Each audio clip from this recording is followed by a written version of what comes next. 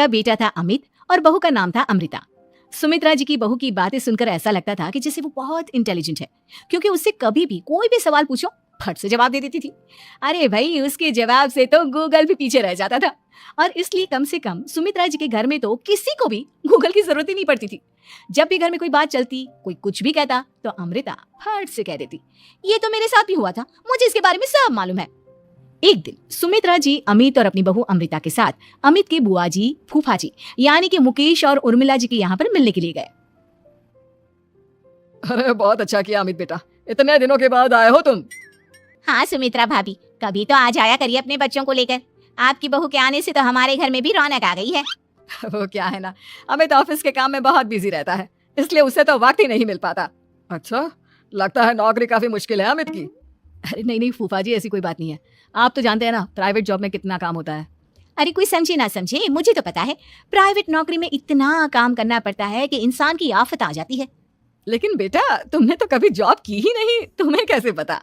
अरे जॉब नहीं की तो क्या हुआ मम्मी जी, सब जानती हूँ मैं।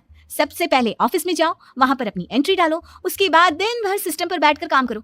चारों तरफ कैमरे लगे होते हैं, आप अपनी नजर इधर की उधर नहीं कर सकते। उसके बाद दिन भर बॉस की चिक चिक सुनो, वो अलग से। यही सब होता है, मुझे ना सब पता है।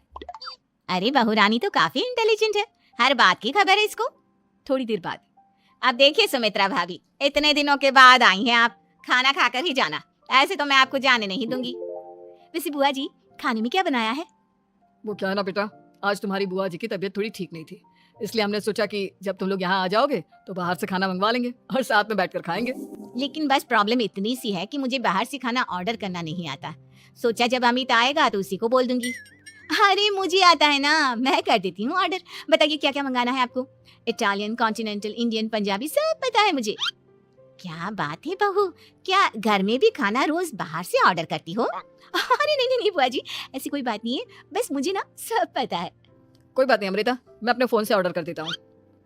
अरे क्या बात है, आजकल ऑनलाइन डिलीवरी पर कोई ऑफर नहीं चल रहा है, वरना काफी पैसे बच जाते। कैसी बात करते हैं अमित, मैं कह रही हूँ ना मुझे सब पता है। मुझे एक बहुत अच्छा ऑनलाइन डिलीवरी वाला मालूम है, जहाँ पर 50% ऑफ मिल जाएगा। और आज तो वैसे भी फ्राइडे है ना, फ्राइडे को तो उस पर 50-70% ऑफर मिलता ही मिलता है। अरे क्या बात है, इसके बारे में तो मुझे पता ही नहीं था। अरे बेटा, जिस चीज के बारे में किसी को पता नहीं होता, हमारी बहू को पता होता है। एक काम कर, तू उसी को ऑर्डर करने दे।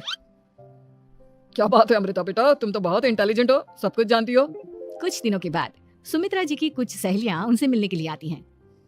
अरे सुमित्रा बहन कैसी हो, बहू कैसी है तुम्हारी? अरे पूछिए मत, बहुत इंटेलिजेंट है मेरी बहू, सब कुछ जानती है। क्या बात है, बहू के आने के बाद तो औरतें दुखी हो जाती है, लेकिन तुम तो बहुत खुश लग रही हो। वो क्या है ना, मेरी बहू है ही इतनी अच्छी। अरे तो बुलाओ ना, हमारे साथ बैठेगी, बातें करेंगी तो हमें भी अच्छा लगेगा।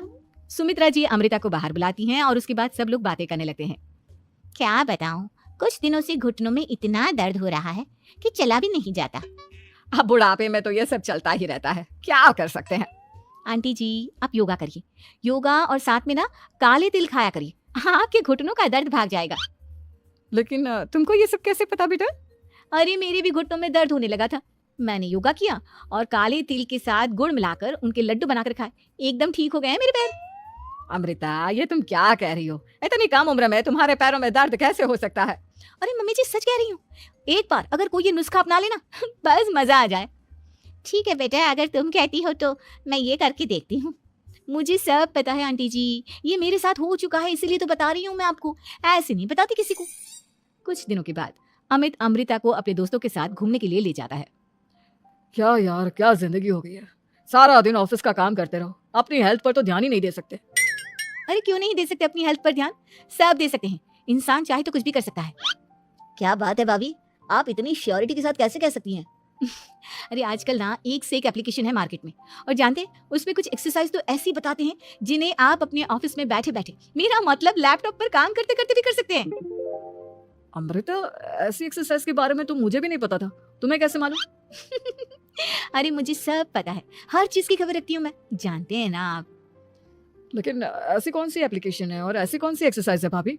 एक मिनट, मैं आपको अपने मोबाइल में दिखाती हूँ। अरे वाकई में भाभी तो सही कह रही हैं, देखो यार इसमें कितनी अच्छी एक्सरसाइज दिखाई गई है। अपनी चेयर पर बैठे बैठे एक्सरसाइज भी कर लो, काम भी और हेल्थ भी। वाह भाभी वाह, मजा आ गया। लेकिन अमृता, तुम्हें इस बारे में कैसे पता? अब मेरे साथ जो चीज हो चुकी है उसके बारे में तो मुझे पता होगा ही ना अमित। मतलब तुम कब ऑफिस में काम करने गई जो तुमने ऑफिस करते करते एक्सरसाइज की? मैं जो किचन में काम करती हूँ अमित, घर के काम, वो किसी ऑफिस के काम से काम है क्या? बस मैं भी वो सब करते करते इनमें से कुछ एक्सरसाइज ट्राई कर लेती हूँ, इसीलिए मुझे सब पता है। सही है यार, तुम तो बहुत इंटेलिजेंट हो। कुछ दिनों के बाद ये क्या है? एक दोस्त ने मेरे साथ एक मजाक किया है लेकिन समझ में ही नहीं आ रहा। अरे बेटा, तो अमृता से पूछ लेना, उसके पास कोई ना कोई जवाब जरूर होगा। ठीक कहती है मम्मी जी, मैं सब जानती हूँ। लेकिन अमृता ये थोड़ा मुश्किल है, सोच लो। मेरे लिए कुछ भी मुश्किल नहीं, दुनिया की कोई भी पहेली हो मैं चुटकी में सॉल्व कर लेती हूँ। अच्छा ठीक है, देखो मेरे दोस्त ने मुझे एक खाली पेपर दिया है और कहा है कि इस पर उसने मेरे लिए कुछ मैसेज लिखा है। अब एक बात बताओ यार, खाली पेपर पर जिस पर कुछ भी नहीं लिखा हुआ उसे मैं कैसे पढ़कर बताऊं? अरे बस इतनी सी बात, इसे तो मैं चुटकियों में सॉल्व कर दूंगी अमित। लेकिन कैसे बहू? इस पेपर पर तो वाकई में कुछ नहीं लिखा हुआ, एकदम खाली पेपर है, कैसे क्या पढ़ोगी तुम? अमित एक छोटा सा काम करो, जल्दी से एक मोमबत्ती लेकर आओ। अरे बहू, पेपर में आग लगाने का इरादा है क्या? नहीं नहीं मम्मी जी, इस पेपर पर अमित के दोस्त का लिखा हुआ मैसेज पढ़ने का इरादा है। अमित कैंडल लेकर आता है। अब ना बस इस पेपर को धीरे धीरे कैंडल के ऊपर घुमाते रहो, देखना 2 ही मिनट में मैसेज आपकी आंखों के सामने होगा। अच्छा ठीक है, मैं ऐसा करके देखता हूँ। 2 मिनट के बाद। अरे वाकई में इस पर तो अक्षर बनने लगे, लेकिन ये हुआ कैसे? और अमृता तुम्हें कैसे पता? बहुत सिंपल है मम्मी जी, अमित के दोस्त ने नींबू के रस से मैसेज लिखकर उसे सिखा दिया। आप अगर मैसेज पढ़ना हो ना तो पेपर को आग के सामने ले जाओ और लेटर्स अपने आप उभर कर आ जाते हैं। वाह बहू, लेकिन तुम ये सब कैसे जानती हो? अरे मम्मी जी, जब मैं छोटी थी ना तो अपनी सहेलियों के साथ ऐसे ही गेम खेला करती थी।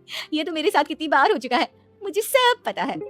थैंक यू यार अमृता, तुम्हारी वजह से हमें कुछ भी सोचने की जरूरत ही नहीं पड़ती, तुम सब कुछ बता देती हो। कुछ दिनों के बाद सुमित्रा जी को अमृता के प्रेग्नेंट होने की खुशखबरी मिलती है और सुमित्रा जी अमृता को डॉक्टर के यहाँ लेकर जाती है।